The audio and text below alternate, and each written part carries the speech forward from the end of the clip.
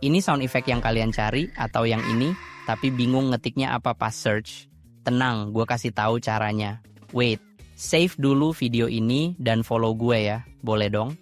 Kalau kalian dulu kayak gua, ngabisin waktu banyak cuma buat nyari sound effect yang pas, tapi nggak tahu harus ngetik apa, sekarang nggak perlu pusing lagi.